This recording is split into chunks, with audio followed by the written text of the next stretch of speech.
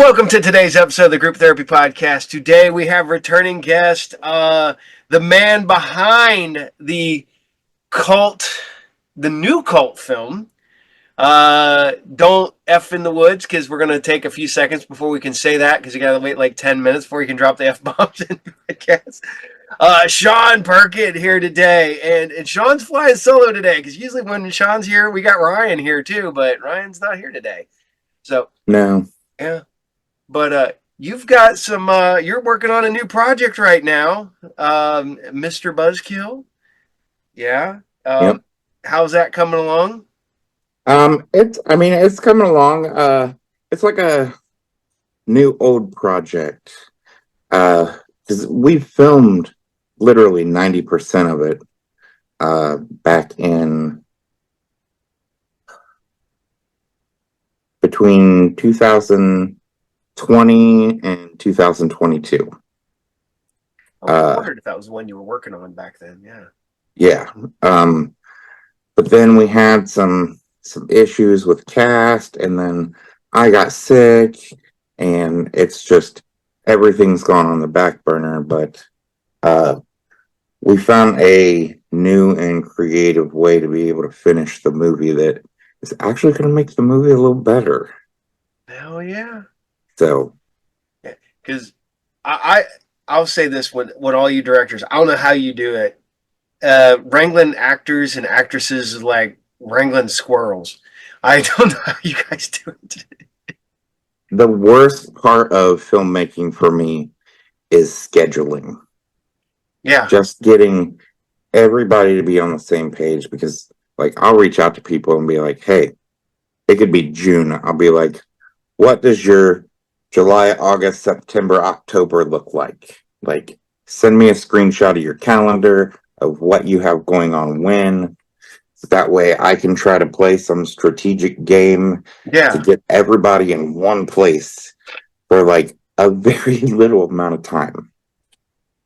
Well, I ran into that. I was supposed to shoot a movie, and I got a cast, got everything ready to go, and then it was all like, I started playing, well, I need you this weekend. Okay, we're good this weekend. Well, that's not a good weekend for me. Well, how about this weekend? Okay, that weekend doesn't work for me. And we just kept doing it until finally I was just like, I've figured out why I haven't made a movie yet. It is a pain.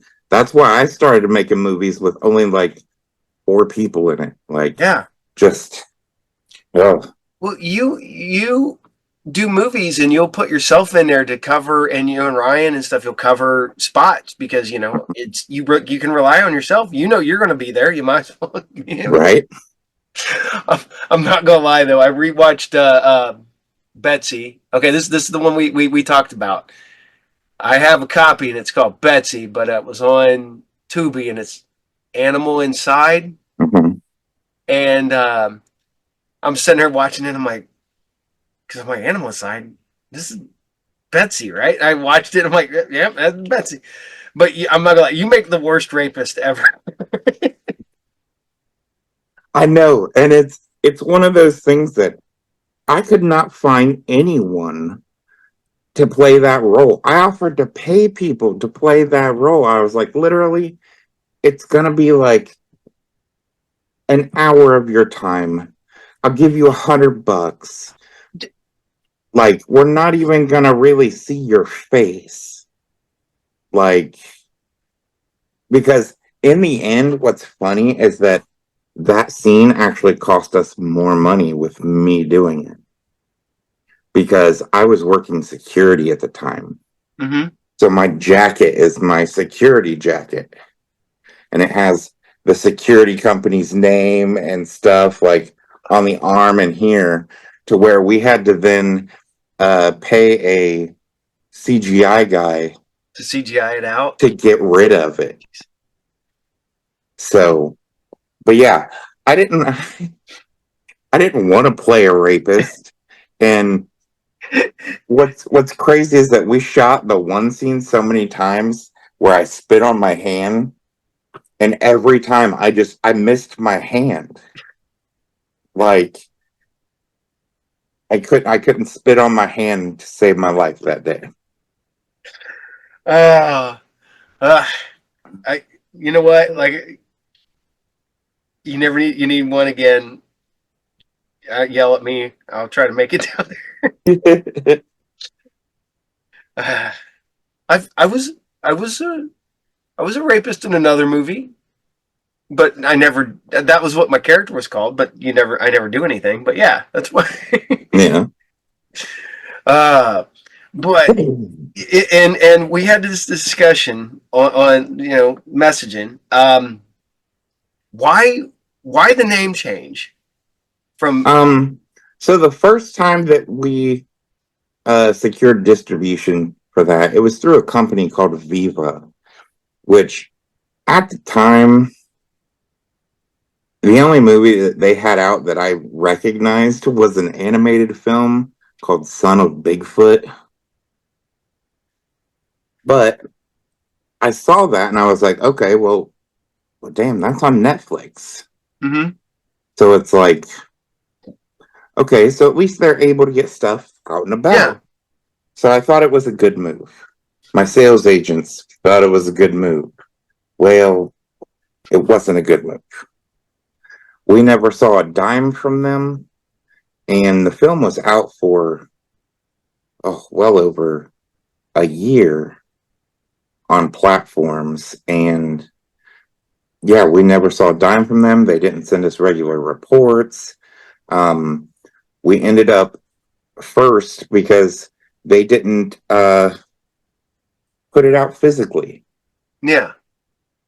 So first we got the rights back for that. But then in the end, we had to end up buying ourselves out of that contract.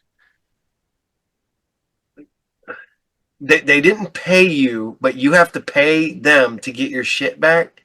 Right. They kept saying like there's creative accounting. Yeah, Okay. yeah, So it's like the artwork fees for platforms and every platform charges a fee to put your film on there. So it was like all these things and quality control checks and da da da da da. So it ended up being what we would have made versus what we owed.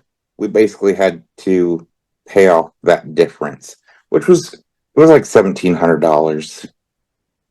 It wasn't a ton, but it yeah, was still more than what I wanted to pay. yeah. I mean, $1,700. That's a good chunk towards your next movie. You know? Right. Yeah. So at that point, um, it had been on Amazon. Mm-hmm. So if you notice, sometimes you'll find the same film listed on there several times. Yeah, yeah, yeah. Because I just noticed that last night. I was watching, and yeah, you had it pops up once, and then it'll come back as the Spanish language version of the same movie will pop up again later. But then, Right. what was it? I watched um, Murder Mansion, and I watched the exact movie like 3 weeks ago under a completely different name.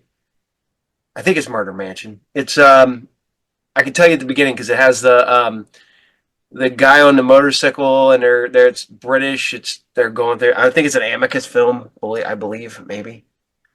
As I probably should have. So you got all the nice high tech. You got your computer all set up ready, and I have my computer Well, actually using it. I was trying to look like, but basically, when we found another distributor for it, they were like, well, we're going to have to change the name because it's been on these platforms before, so it's going to be harder to get them back on it. Mm-hmm. And basically, it come down to somebody at each platform would have to be paid to remove the previous film to put the new one on.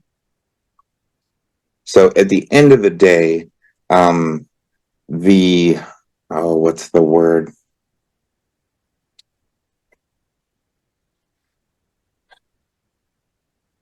Can't think of it. So Okay. when you enter a distribution contract, they have to make so much money back before you see any. Yeah. So it would have made that higher. Okay. So instead of $10,000, it was going to be more like $16,000 Mm. just to have them remove that from platforms. See, that's one thing I've wondered, because I know people who, like, the best thing that's ever happened to them is Tubi and Plex, Yeah. because they're getting their movies out there and stuff like that. But then I've talked to some other people and they're like, dude, we ain't making shit off of Tubi or Plex. I'm like, do you make enough to make the? Did you make enough to cover the movie, or are you making enough to make the next movie? I It depends. Okay. Um, Animal Inside, I don't know, You don't know. because the distribution company that we went with, they do payouts and reports semi-annually. It's like twice a year. Yeah. Yeah. But the way it works is really it's more like 10 months because they have a grace period. So basically, you find out every 10 months.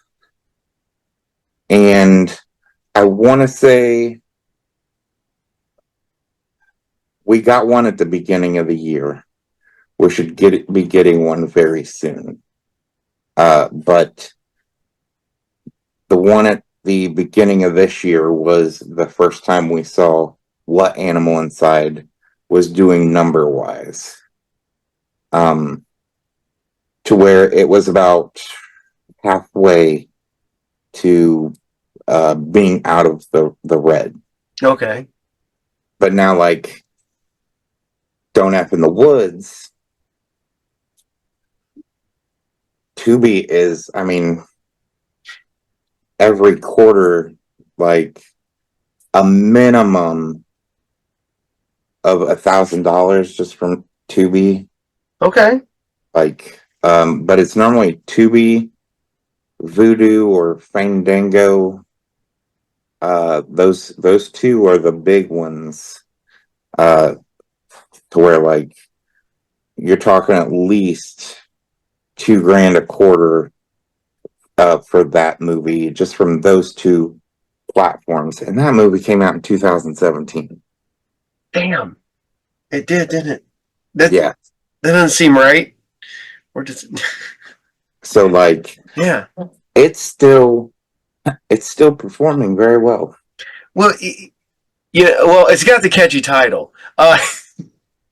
That doesn't And now hurt. it's a franchise because you got the second one. Uh-huh. Are we working on it on part 3? I mean, what's funny is I have things for a part 3. Hi, Ryan. Um, but I gotta finish. I've got Mr. Buzzkill, I've got Project Mothman, and The Devil You Know Yeah. that I have to finish before I'm even gonna fathom a don't F3. We should be fine now. We've talked. Okay. We can drop the F bomb now. It's don't fuck in the woods. That Yes. was the hardest part of this conversation. Don't drop the F. Oh, I'm horrible. I have a friend who's a pro wrestler, and he doesn't cuss, Yeah. and and the entire time I'm trying my hardest not to cuss, because I do, and my wife yells at me because I cuss without thinking about it. And so I'm like consciously like trying not to drop any. And I'm like, I went back and watched it. I think I dropped the one, and it was all subconsciously. I don't remember saying it either. That's the worst part. But yeah, it's really hard not to drop f bombs. And see, that would be my problem if I ever did a movie. I wouldn't put fuck in a, like, oh fuck him, I'd be like, God, hell with him, I'd be like, but it just works better. Right. Shows aggression. You're like, to hell with him. That seems like that's passive aggressive. But like, fuck him. You got Right. it. Aggressive.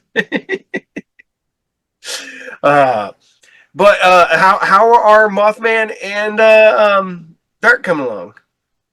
Mothman, literally, we have about 70% of it filmed. It's just, man, me getting sick, everything just Oh, came grind to a came halt. to a halt. And the doctors say I've still got at least a year before I can possibly get back to normal. And well, I'm trying to get back to being as normal as possible. So Project Mothman, I think that I'm going to because that was supposed to be like a, I hate the word mockumentary Mm-hmm. because it sounds like something negative, Yeah, I get it, but but yeah, I love um those. Yeah, those are fun. it's found footage, Yeah. and basically it was supposed to be everyone at Concept Media, we were making a uh like documentary on the Mothman. And then we go there and then like some shit happens Yeah. and basically we run into the Mothman. To where I may have to write myself out of it Mm, because there's certain things that I just can't do yet. that's a bummer, man. So, Um, it sucks because you were like prolifically putting out films for a while until you got sick. You were working constantly, yep. and because I've talked with some other people, and we were discussing the Dayton film scene about how you guys were putting out good quality stuff, and I tell people all around, I'm like, dude, you're sleeping on Dayton. I was like, it's as I always tell people, it's like if you're looking for good movies, you're probably not looking at Dayton. But if you're looking for good bad movies, you're looking at Dayton. And I mean that in the best possible way because I love a good bad movie. Yeah. And there's so much, you guys are putting out so much good stuff. And oh my god, I just went back a while back and rewatched Watch This. I rewatched Animal Inside. Uh, I kind of watch stuff that I can kind of watch at the shop when people aren't there, and then I can just pause. I gave Aaron some shit a while back, and I'm like, "You're the reason I have to pause or stop movies all the Right. time." Uh, I got to ask you this because I've gotten older, and it's weird because I'm when I was young, man, I was all about fuck yeah, got to put nudity in a movie, got to put nudity in a movie. But now I look at it sometimes, I'm like, I don't really need that. Do I need it? That wasn't. Right. Do you ever like set back and go, yes, this will put make us an extra little bit of money, or do you look at it as that's just the nature of the business that you're going to have to put nudity in this guy in the movies? I mean, if it's a don't fuck in the Yeah, woods, don't fucking with you. Got to put nudity in the movie. Yeah, like anymore, it's not about the nudity, but it's like you can't have that film that without having people fucking in the would woods. yeah, 100%. Like, so it just, for that, it goes with it. But Yeah, like, I tell you what, there was only one time that I put nudity in a movie to where I was like, this doesn't have to be here, but I feel like it shows who the character is. yeah, But it was very early, so I was like, this has to be blah, blah, blah, blah, blah. And that would be Bludgeon. In the opening like credits, there's like a hooker in a bathroom yeah. to where uh she takes her top off and then gets killed. Mm-hmm. That was the one time to where I was like, this isn't pivotal to the story, but it's like this much, so it's like I didn't feel bad about it, like, you Well, know. what? what actually drew my attention to it, because a lot of times when you just watch one here or there, it just kind of is like, all right. But I was just watching just tons of stuff on like Tubi and Plex and all those. So I'm just setting it to shop. I don't want to like find a DVD or something, or I just take my controller and scroll through and find something like, this will walk because it's a slow day. And I always tell people, I was like, if I know it's gonna be a slow day at the shop, I put on something completely inappropriate, because then I have to pause it all the time. So so we get busy. So, but I'm sitting there watching these, and it just kept being like shower scene, shower scene, shower scene, shower scene, and I'm like,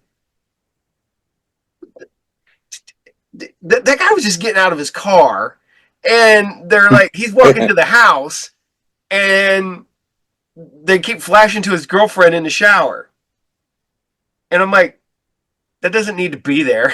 And I'm like, I feel like I'm the old man who's like, oh, kids today don't need to. I'm like, I don't know. I don't get me wrong. I love my '80s horror, and so much of that has the nudity in it for no apparent reason.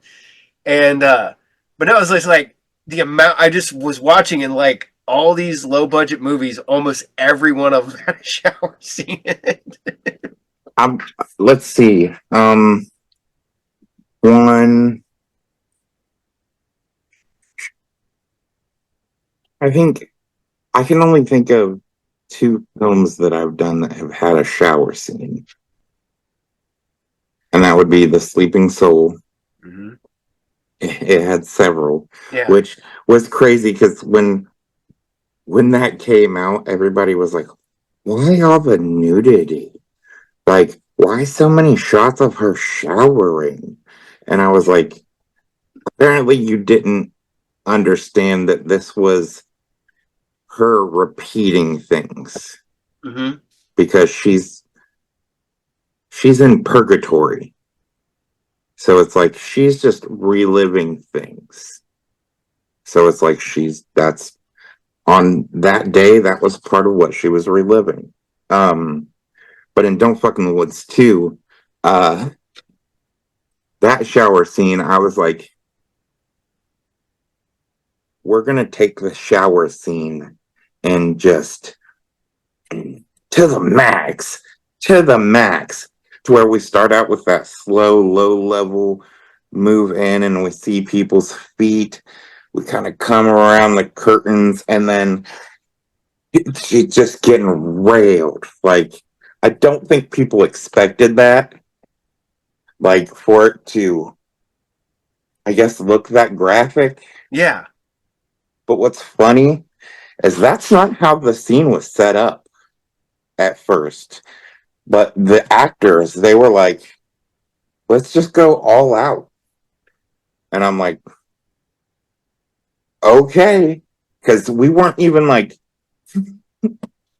we weren't scheduled to shoot that scene that night, but we were trying to switch around things to make up for scenes we had to drop. And they're like, let's just go do it now. Like the actors. So I'm like, okay. So we did it. And what's my favorite shower scene?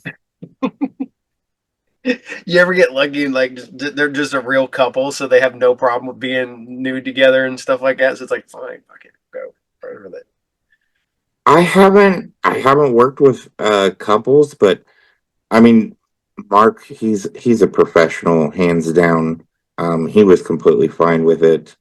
Um, I've worked with a couple people that are just fine with it because it's one of those things that I don't want to say I'm uncomfortable with nudity, but when a woman's just standing there fully naked, like talking to you, like, what's my direction here? What's my, and I'm just like, can you just put a Boobs, towel what? on? Like, not for nothing, but like, I have issues sometimes with looking people in the eyes to where then my eyes will shift. I don't want you to think that I'm just looking you over. Like, I'm trying to explain something to you, but I don't want to be like, well, your direction is this. Yeah, try to make eye contact, but you're like, hi, how you boobs? I mean, what? uh we had this discussion the other day. It was like every day was better with boobs. I was like, there needs to be an app that you put on a phone that like every morning you wake up and they're just boobs. Oh, it's going to be a good day, and you put your It's called Twitter but yeah. Well, it ain't Twitter anymore. It was X now. or X. Yeah, whatever Yeah, that's about. yeah. Bullshit's what that is. It's still Twitter. I don't care what anybody says. You put Twitter in there, it brings up X. Uh, uh, and how's the other movie coming along? Dark. Um, it's coming. It's just that's last on the docket at the moment. So it's like we get Buzzkill and Project Mothman done and out, which those two are, if everything goes right, are going to be out early next year. So then basically the only thing I have to work on for the rest of next year is The Devil You Know. So Yeah, don't know. I say dark. Got things stuck in my head. But with Mothman, did you do the same route you did with Don't Fuck and the fucking Bigfoot movie? Why have I fucking Stranded. Stranded? Yes. Did you build a suit? Yep. So you have a full Mothman suit. I have a full Mothman suit in my garage at the moment, to where we have a female playing Mothman. And we built stilts for her to where she's taller. So I gotta say it's impressive. Nice. Like I won't lie, I'm working on the wings because I think they can be better. But like, just imagine like Mothman in your house coming after you. Yeah. Like, and it's like 7 foot tall with the wings, and yeah. Right. Like, it's creepy because we even built like hand extensions to where it's kind of like she has these rings that go on her fingers. Yeah, it's like to where it's like this, where you put the hand in and then the rings like yeah. It's not a ton of noise. Where like they're very creepy fingers, so it's kind of like there's definitely inspiration of like The Fly. Oh yeah. Like the yeah.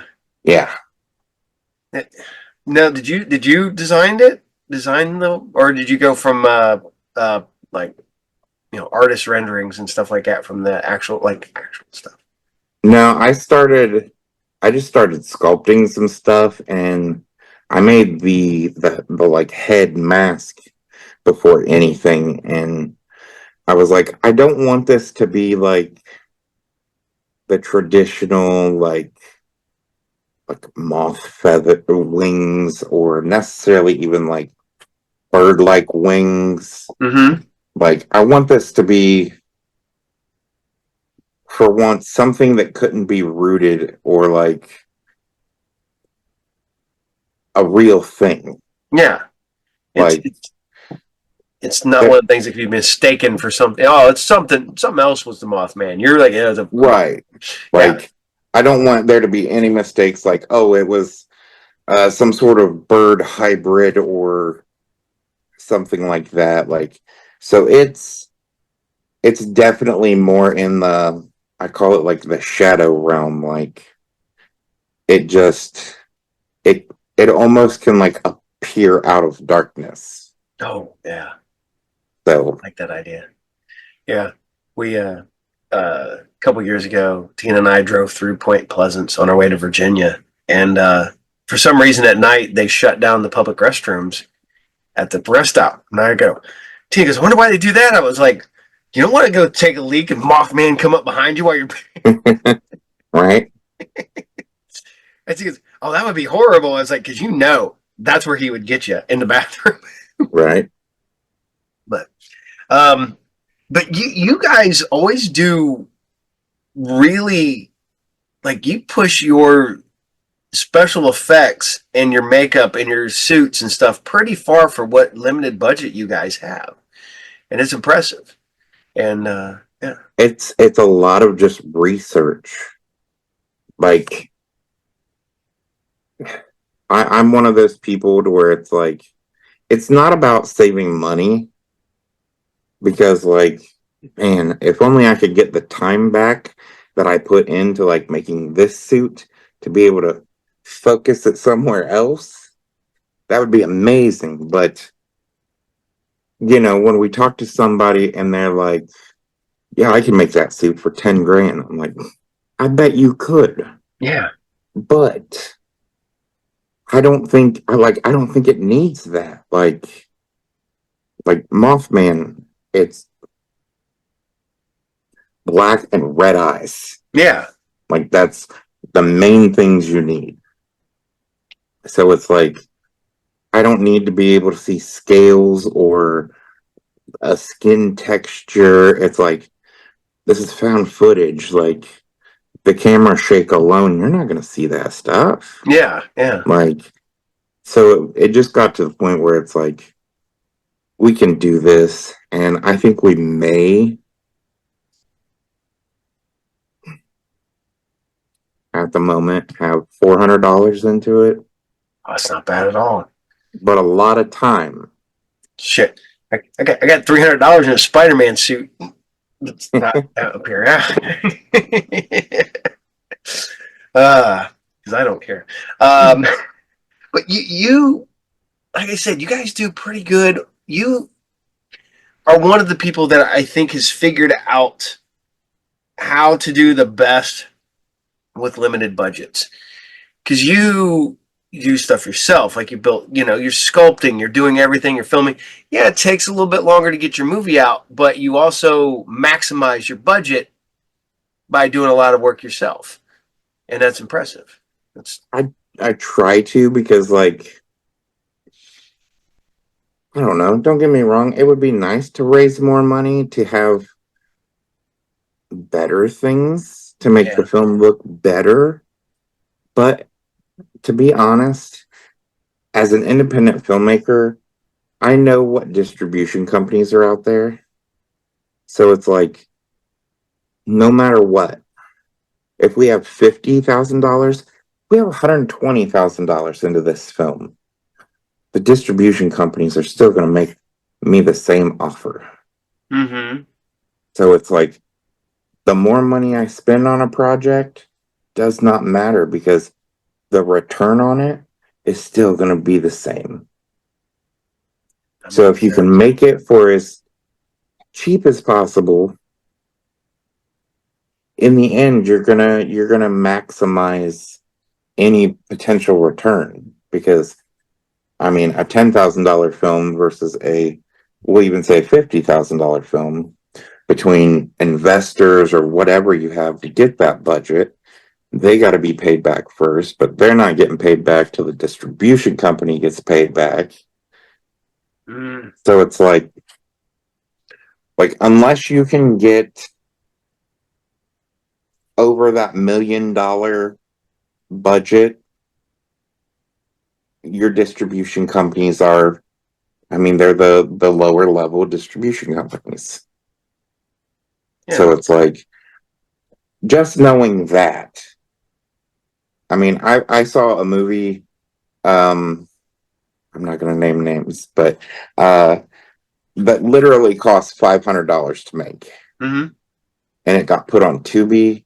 I mean, it's on Vudu, it's on Amazon, like, and they got the same distro deal.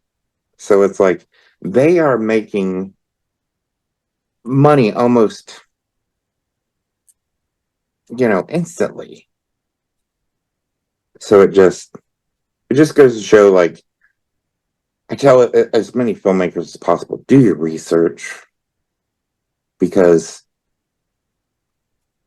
it's one thing if your story calls for, I need $200,000 because I need to build this set, this whole set. Yeah. Or I need to rent these 10 locations or something like that. that's one thing. And if you can get that budget, more power to you. Yeah. But if you can't, I mean, personally, I wouldn't make that film yet. I would find something else to make and use stepping stones to get to where you want to be. Well, that makes sense. I've talked to other ones. It's the it's the locations, it's the renting of this, it's the you know it's the tedious little things that add up that Mhm. make your budget. Everybody's like, oh, your special effects budget, blah blah blah blah blah. And I'm like, it's not that. It's the other little things. It's getting your people places. It's food. It's this. It's that. You start adding all that up, and it's like it just keeps getting bigger and bigger. Where the other things just kind of get higher. And then if you get good people like you guys, work on your own stuff, sculpting your own stuff, so you keep that in house and you don't have to send it off to somewhere else. And then you're right. It's I've watched movies on Tubi that I probably could have made in a weekend here in the basement, and they've got distribution rights and they're making money, and they probably spent $100 on the damn thing if they're lucky. And like me, I was hoping, because I had to film my movie, I had the places no one was going to charge me to rent. I had the props. I had everything else. So the only thing I really had to pay was actors. Yeah. And I was going to try to find a couple mask people made good masks and stuff, because it was a little bit found footage. So you didn't have to be really good on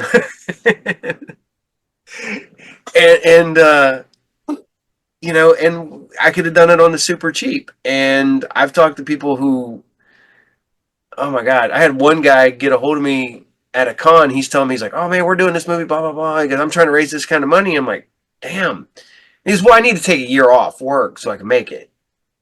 I'm like, so you're putting your own, he's trying to get Yeah. like $100,000 to make a $50,000 movie so he can take a year off work and just do nothing but make this movie. And I'm like, I don't think people are going to do that, dude. I don't think the movie ever got made, because I don't think he made fucking like 2 grand. I just want to know what movie takes a year to make. Like, Like, yeah, I don't know, because he wanted to take a year off. It's like, I know people that did the same thing with comics. hmm. They tried to raise money so they could take like a year off to just work on the comic. That's all they wanted to do. And I'm like, all right, whatever. But yeah, no, Funny enough, I could understand that for a comic versus a movie. yeah, Like, it'd be one thing if, I guess, after the movie was made and you're gonna, like, hit all these conventions and, like, tour with it. yeah, I can see that. Um, but yeah, just a year off to make it, you just want a vacation. Yeah, that's it. But now, you guys are. I know you're always at Horror Hound.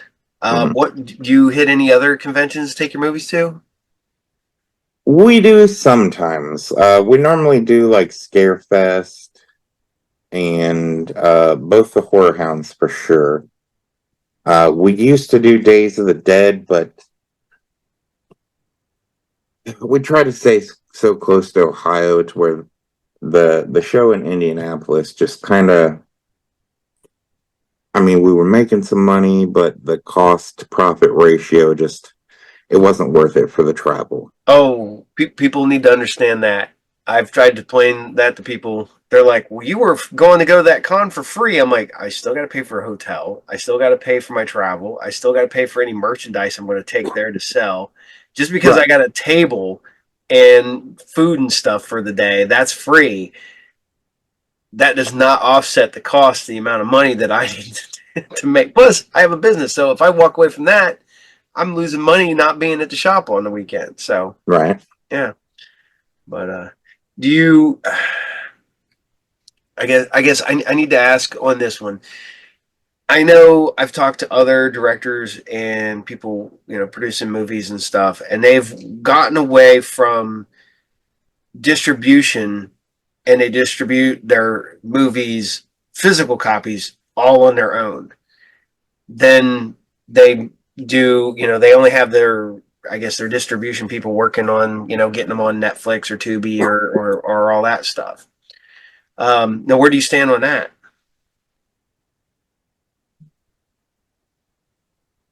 Generally, like we love to put out our own stuff.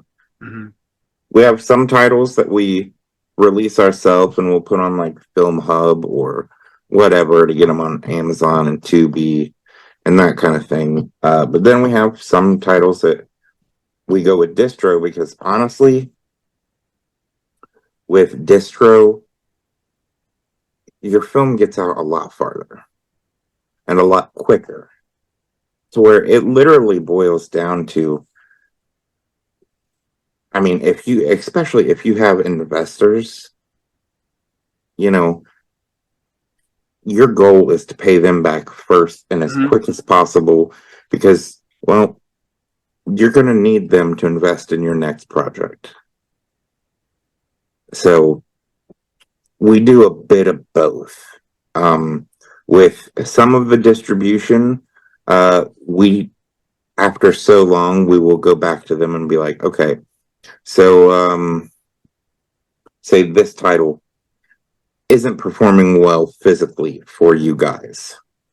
We'd like the rights back. That way, you're not spending money and not getting a big enough return. So we'd like the rights back. That way, we can handle physical. We'll worry about the cost and all that jazz. Yeah. So, yeah, that's pretty much how we've been doing it. So you do let it go for a while through then you kind of just buy it back and at a certain point and then take care of it yourself then. Most of the time we don't even have to buy it back. Okay. Like if they see that it's not selling discs, a lot of the time they'll just be like, you know what? We're not going to make any more discs. So then I'll be like, okay, well, can we get the rights back for us to manufacture discs like in-house? Okay. And they're like, that's fine as long as you don't seek out another distributor for those discs. So basically, we can't enter into another distribution agreement for only physical stuff through another distribution company. Okay. Okay. That makes sense. It's the weird part about it is we're in this weird transitional stage where so many people now just it's all digital. It's all, streaming. It's all this and I am a physical media guy. I got to have actual copies of stuff, and if not, I feel like I don't own it because as I tell people, I was like, you know what? You worry about your stuff going away. I don't have to worry about it because I can go pull the copy off and I can stick it in. I can watch it whenever I want. Right. Uh, and it's nice being able to hold that in your hand. You know, go to a con, get the director, the actors and actresses to sign it and stuff like that. And it's so much cooler because you can't take you know a digital copy to sign. You can't take it to anybody, and they're like, "Oh yeah, Yeah. you were in that movie. Did you see it on Tubi? Yeah, okay." That's like the best you can do. It's like Right.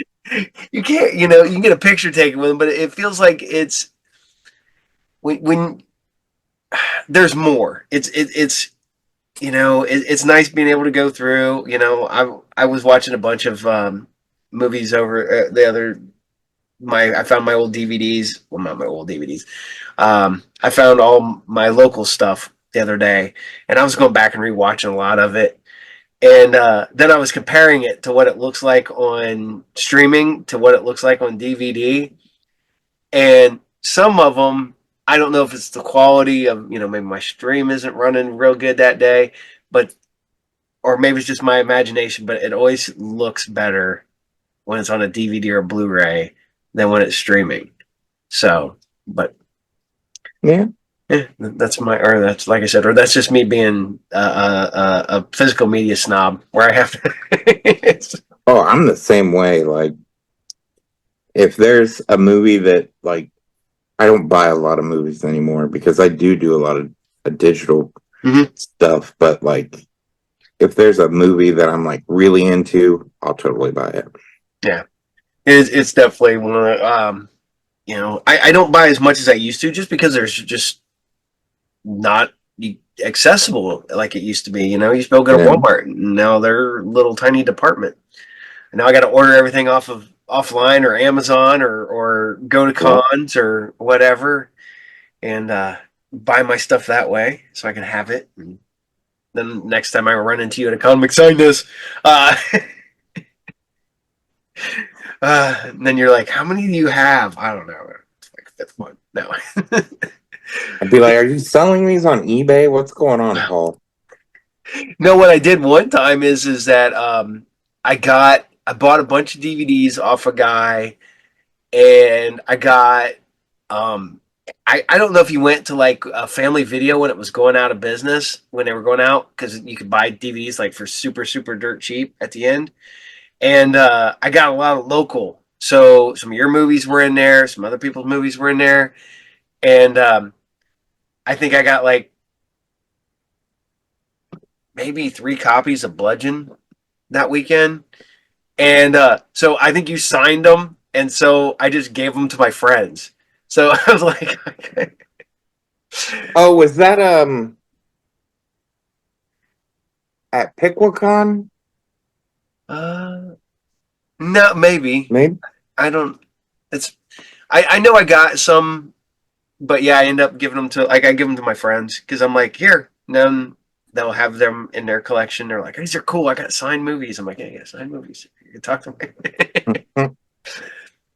Or better yet, I have this one guy call one of my friends talking to me. He goes, man, he goes, there's this movie called Don't Fuck in the Woods. I'm like, yeah, I know the guy that made it.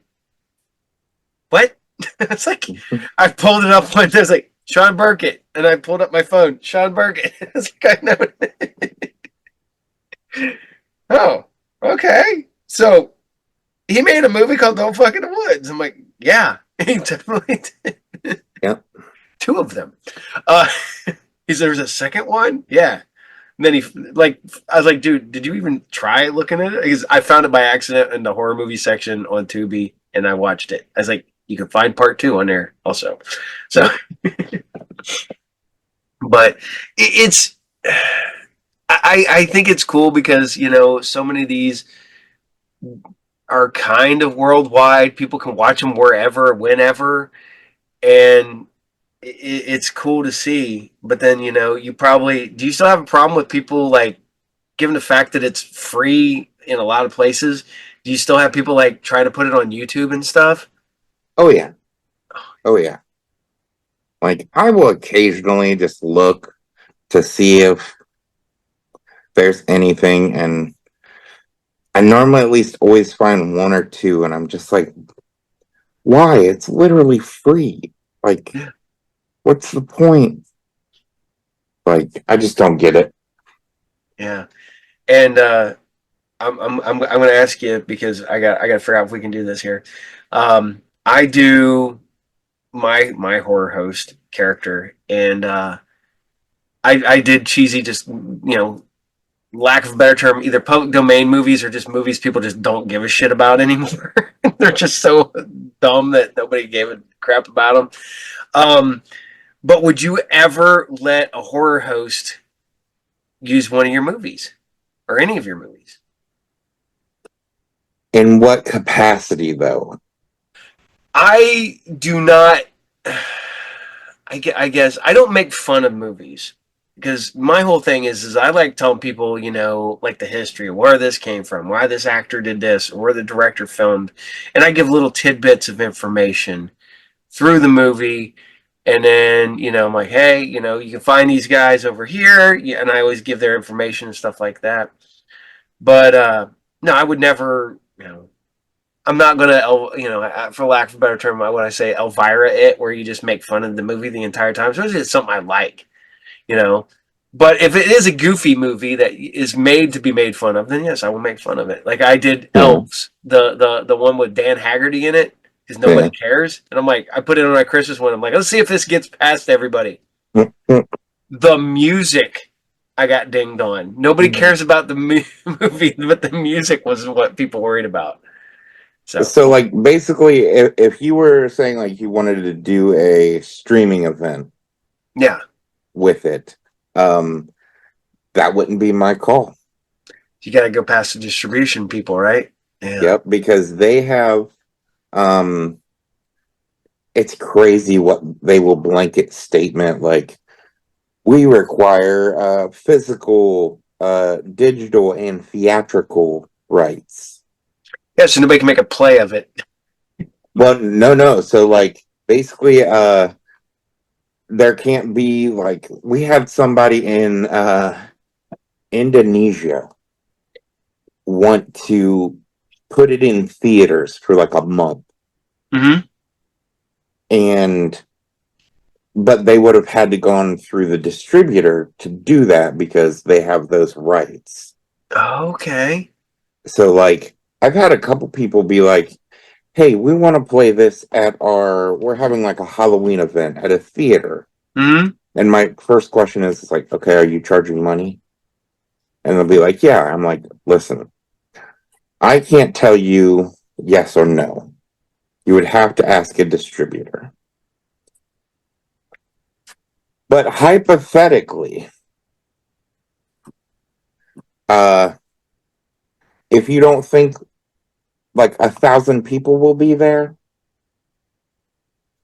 and you bought a copy of the movie, I can't tell you what you can and can't do with the copy of the movie you bought. Yeah. See, I ran into an issue with Pickwicon because we were going to set up an area and show movies. Mhm. And Cinemark said no because we were still in the mall connected with them. Yeah, And they're like, yeah, you can't show movies in there with and charge to show the movies. I'm like, well, I'm not charging to show the movies. I was like, that's just you come in, you can go hang back there and go watch the movie if you want. It's not gonna be in a theater. Literally, it's gonna be me setting up my projector TV and some chairs, and you guys can hang out there and watch the movies and stuff like that. And I was like, and they're like, well, we don't know. I was like, fuck it, I'm gonna do it anyways. And then if you guys decide to come over, I was like, they're never gonna say no because what are they gonna do? Send over Jimmy, the manager, to come over and go, yeah, you guys gotta stop that. I'm like, okay, go back to your right. thing, play, and go back to doing what I was doing anyways. What am I gonna do? Get the Cinemark police after me? Just tell me I can't do it again. Um, I can't remember who told me because it's always a better. It's easier to ask for forgiveness than ask for permission when you do this stuff. So Yeah. he's also one of the ones that he goes, if you're gonna make a movie, he goes, make it guerrilla style. He goes, don't worry about permits, man. He goes, because by the time they worry about the permits, you're long gone. So Right. We just last weekend filmed a very quick scene for Mr. Buzzkill. Um, and everybody was like, "Where are we meeting?" And I just gave them the address and I said, "Just stay in your car." So, like, we got there and we just got out and it was a city street. And I was like, "Listen, we got maybe 3 takes. Give it your all." Like, so we ended up doing it and just did it guerrilla style. We have never asked for permits ever. That's just, and we had Aaron Ryan walking naked down the middle of a city street, like in town for a ship for a movie. Uh,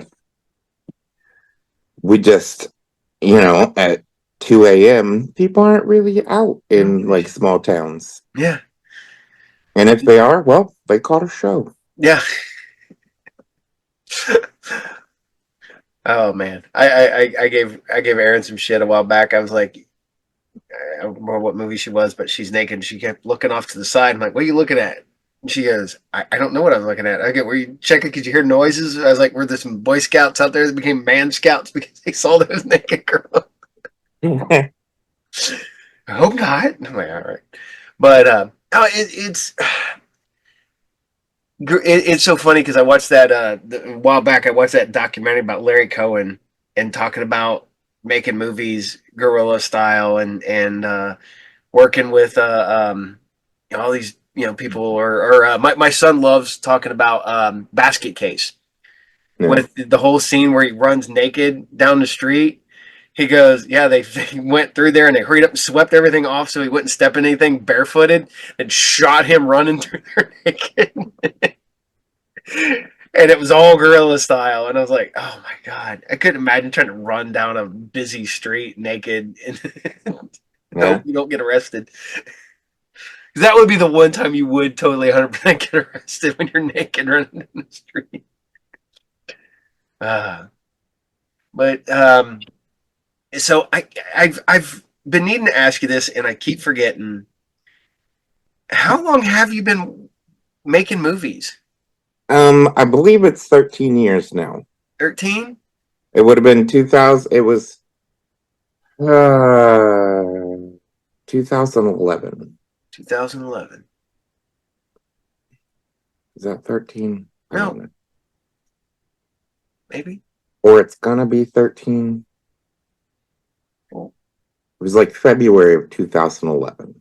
okay, okay. Now, So, now, were you one of them kids that made movies before you were making movies? Like you had to have the camcorder with you, making just whatever you could do. yes and no.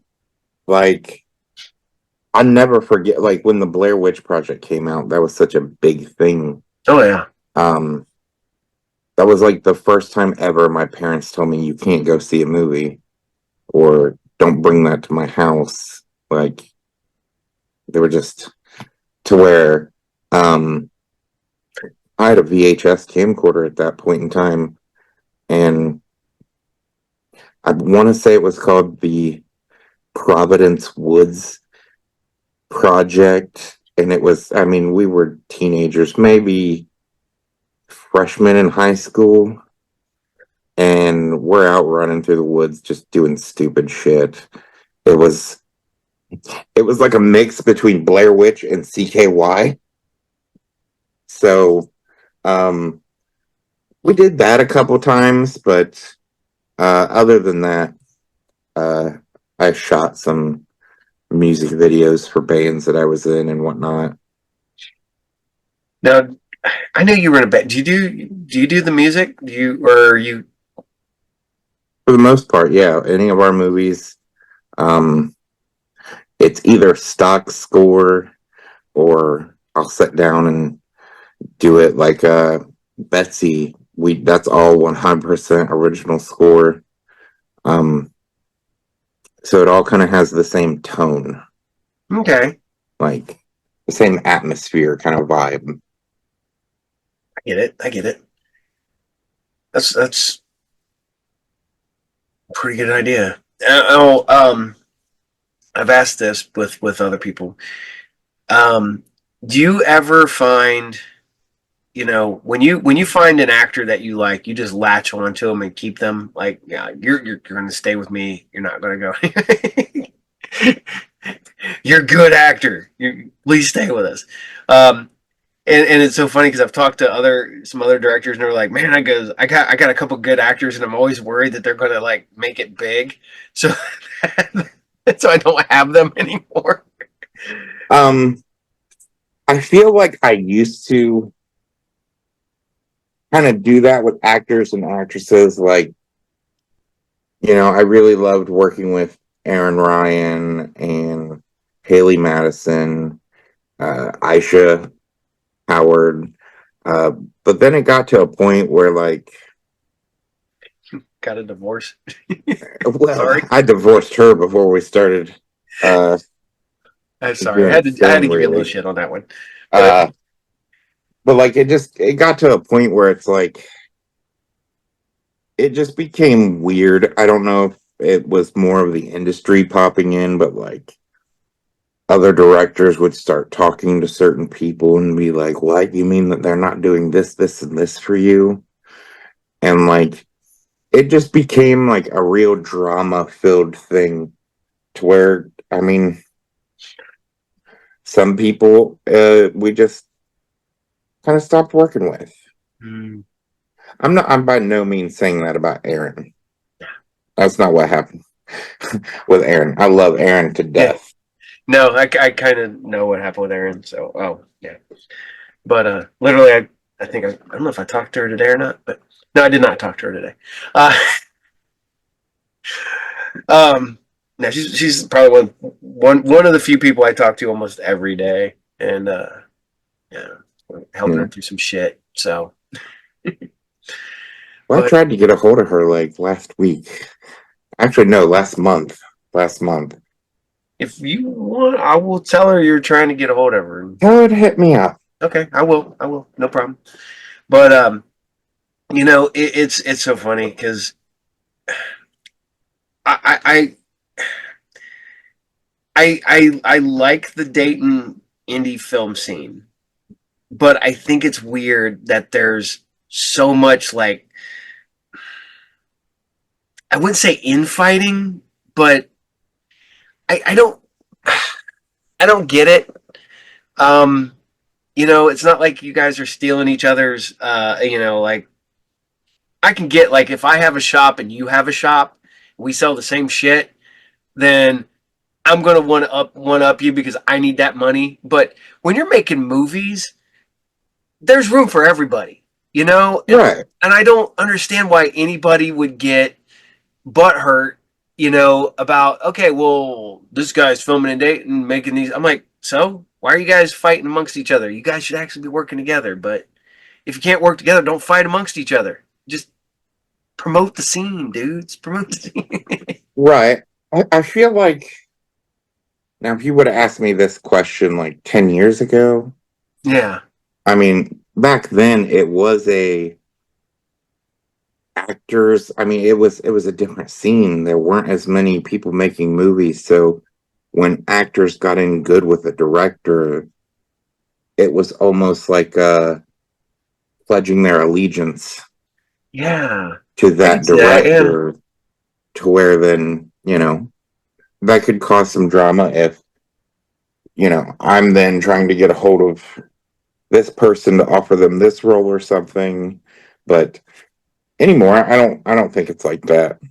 I'm hope not, because it's like I said, I like, and I know that there was some between some people when there was animosity, but I personally get along with all of you, and I don't want to see anything, because it's fun. You guys bring me enjoyment and entertainment with people I know, and that's cool to me, and I enjoy it. And it kind of sucked when I was like, oh, they don't like each other. Oh, fuck, man, really?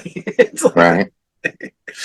but and it's I don't know. You guys, like I said, with the whole thing, it's so funny because I'll go through when I'll be watching one of your movies or watching somebody else's movies or whatever, and it's always I love reading comments on like IMDb because they're like, "Dog, this is stupid, man." It's like I'm like, dude, they made it on like $1,500. Shut the fuck up. It's Right. like, dude, if I had $300 million, I could make Avengers 2. Okay, that's what. Right. Except for I'm a comic book fan, I could probably do it better. Uh, except for I would not be the guy that would bring in for Avengers. They'd be like, well, you could have any Marvel property. Who would you want? Uh, Moon Knight, Tomb of Dracula, like the horror guy. But oh, no, and the worst part about it is I that's how I'd be. I've got to ask this because I think I've asked maybe before. What is your absolute dream movie you would love to make? No budget restraints, no actor restraints, no nothing. They're just like, we're going to give you this franchise. What are you playing in? I mean, if it has to go that route, Or it doesn't even have to go that route. You could, okay, um, they give you a budget and you could make the, the best Loch Ness monster movie ever made, for all you can, but whatever. I've got two movies. The first one, Critters. I would love to, yes, go back to Grover's Bend and be in that world. Yeah. Um, my second choice, and I'm only saying this because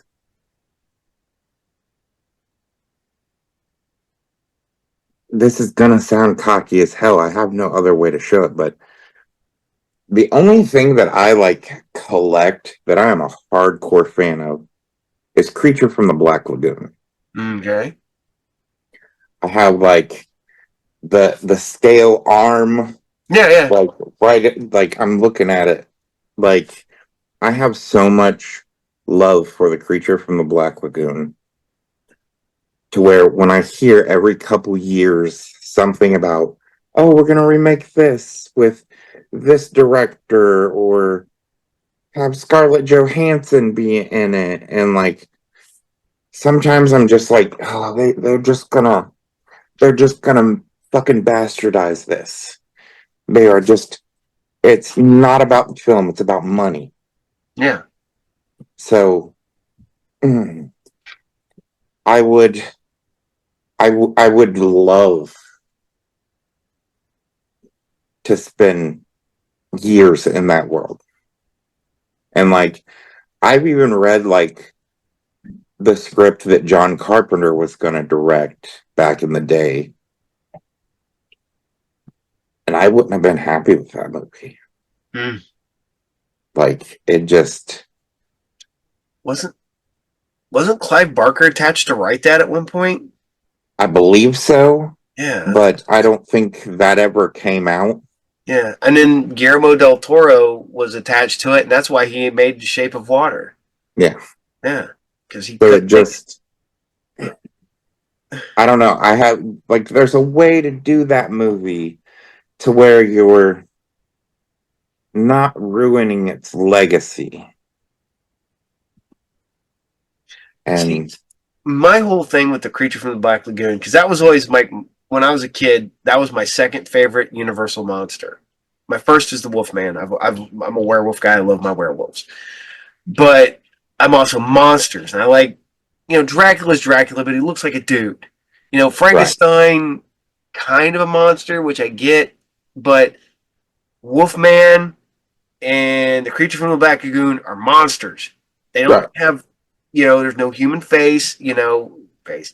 But the Gillman costume in what was that, 54 ish maybe? Mm-hmm. That's crazy good for that time period. Everybody's like, oh, look, you can see the bubble. I'm like, dude, If you're looking at the bubbles, yeah. I'm like, you're no, that was great costume in 1950s.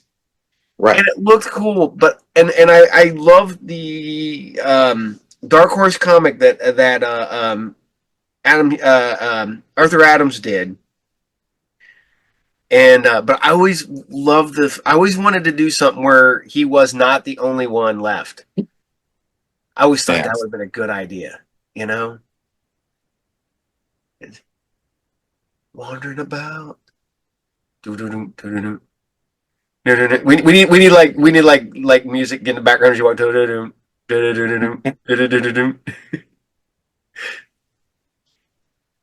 Sorry, my kid's mom. Connor, your mom's gonna be here in 2 minutes. Colin, you're getting text messages on your phone. You're all good. I was like, kids, I gotta do this podcast. You just chill in your room. Yeah, hey, I had to run the dogs upstairs because if not, they would not let me do the podcast. So, Yeah. uh, how old are your kids getting to be now? 12 and 14. 12 and 14. Yeah, I knew they were about the same age as my youngest. He just turned 14. Jeez, Pete. We're all getting old. Except for I'm getting older faster. Because Yeah. you're are you 40 yet? Yeah, I'll be 41 in January. Okay. I just turned 50, so I felt old last night. Went to the anime cosplay rave at the anime cafe at the Fairfield Commons Mall, and I think I was literally the oldest person there. Mhm. But god damn it, I dressed up and I went. Uh, 'Cause I don't know. I love doing that shit. It's fun. But so we've been on here an hour, but I don't want to keep you too much longer because you got your kids and stuff. So I asked you this before, but if you got any more thing to tell people, what is your advice for filmmakers? This is kind of one that I've talked to a couple like newer filmmakers, and they were just like, "Oh, I need that." Um, Releases, film releases, contracts, legal agreements. You need these things. You can buy them online. You can have a lawyer draft them up. Worst case scenario, you're looking at like $1,000, and you can find it way cheaper than that. Mm-hmm. But if you have no releases for anyone that's in your film or any locations, any of that stuff, you can't get distribution. So it's like, know that going into this. Oh yeah. Like, because whether you see it as a business or an art form, it's a business. Mm-hmm. So I would say do your homework. Like I know you can buy like agreement packs for like I think like $75, and you basically fill in the blank Mm-hmm. and can change the state and this, that, and the other, and it's just an initial like photo release. So yes, do that. Yeah.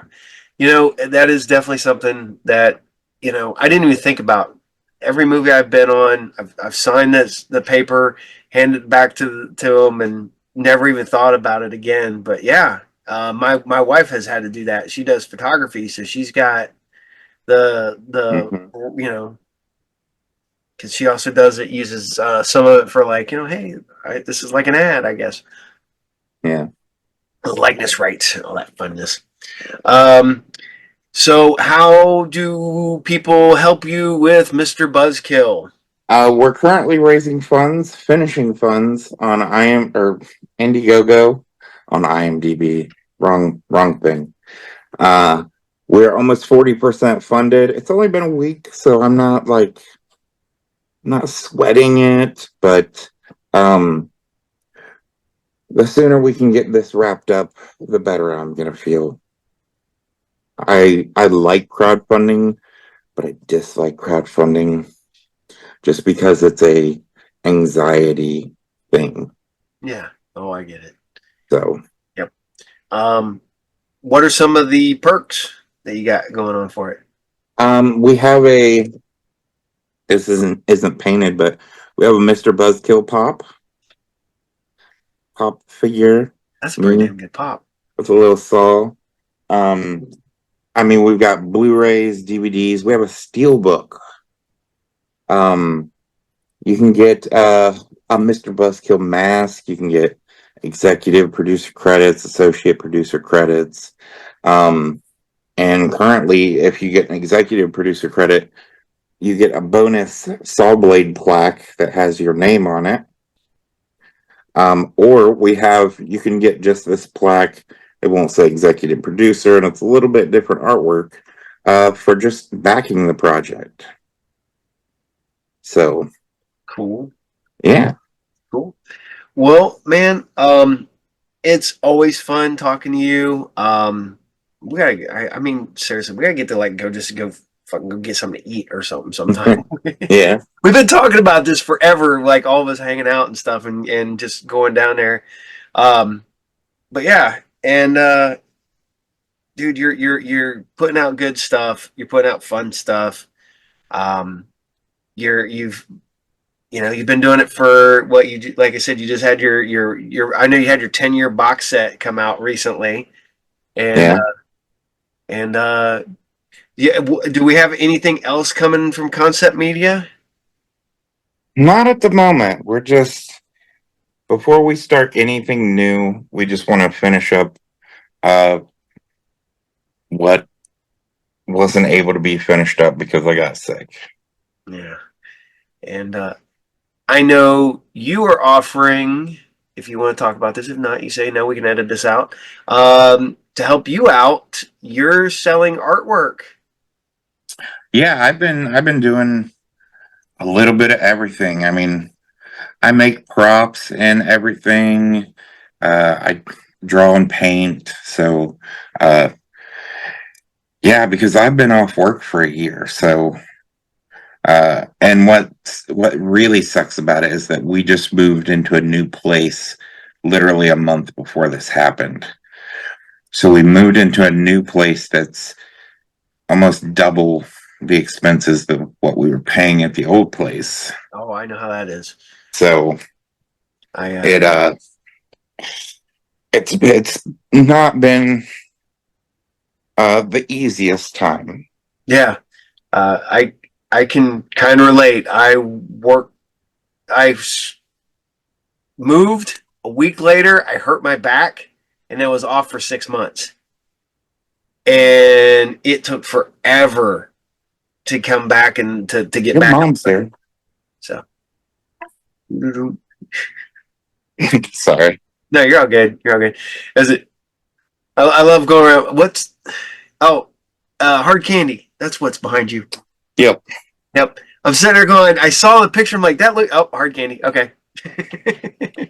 One of my favorite movies. I love that movie, and that's a movie that did not age well. Yeah. I say that as I'm staring at Deathstalker 3 movie poster and Sword of the Barbarians.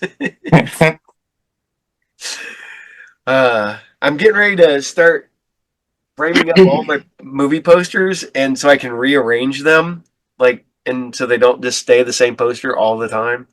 Yeah. And then the dogs knocked the poster over, and the frame broke. So now I got to get a new frame for that poster. And